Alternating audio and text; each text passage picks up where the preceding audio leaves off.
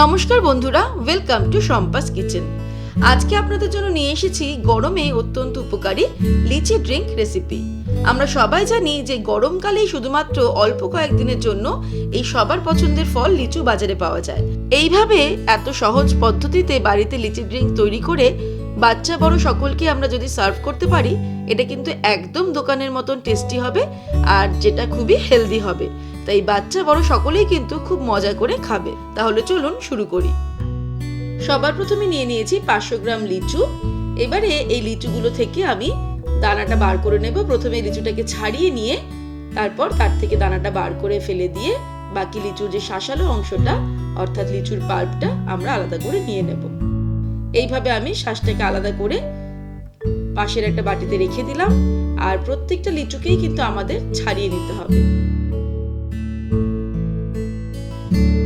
সবকটা লিচুর আমি খোসা ছাড়িয়ে দানাটাকে বাদ দিয়ে শাঁসালো অংশটা নিয়ে নিয়েছি। এবারে একটা মিক্সির জার নিয়ে নেব আর তার মধ্যে এই লিচুগুলোকে নিয়ে নিতে হবে। সবকটা লিচু নিয়ে নেওয়ার পর এর মধ্যে দিয়ে দেব চিনি।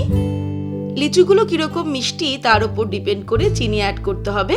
আমি 2 টেবিল স্পুন চিনি এর মধ্যে দিয়ে দিলাম। এবারে কিছুটা পরিমাণে ঠান্ডা জল অ্যাড করে দেব। যতটা আমরা শরবত তৈরি করতে চাই সেই আন্দাজ মতন জল অ্যাড করতে হবে। আর সবশেষে দিয়ে দিচ্ছি সামান্য পরিমাণে বিট নুন। তারপরে মিক্সির জারের ঢাকনাটা বন্ধ করে ভালো করে সময় নিয়ে এটাকে ব্লেন্ড করতে হবে। ব্লেন্ড করে নিয়ে ফিরে আসছি। এবারে একটা বোলের ওপরে একটা ছাঁকনি বসিয়ে নিয়েছি আর এই যে আমি লিচুগুলোকে ভালো করে ব্লেন্ড করে নিয়েছি। এবারে এটাকে ছেঁকে নেব।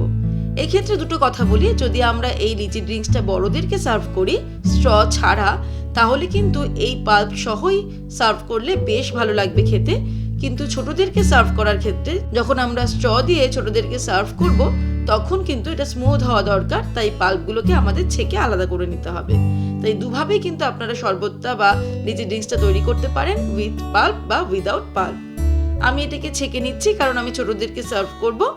আর এই যে কিছু অংশটা যেটা থেকে যাচ্ছে লিচুর, এটাকে মধ্যে আবারও কিছুটা জল দিয়ে আবারও ব্লেন্ড করে আমরা ছেঁকে নিতে পারি। এইভাবে যতটা সম্ভব পাল্প আমরা জুসের মধ্যে বা শরবতের মধ্যে নিয়ে নেব। এবারে লিচি ড্রিঙ্ক সার্ভ করার জন্য দুটো গ্লাস নিয়ে নিয়েছি। এর মধ্যে আমি প্রথমেই পাতিলেবুর রস দিয়ে দেব।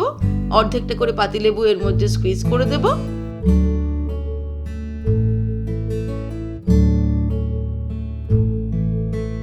তারপরে দিয়ে দেব 5 টুকরো 6 টুকরো মতন বরফ, যার যেরকম ভালো লাগবে সেই অনুযায়ী বরফ অ্যাড করতে হবে।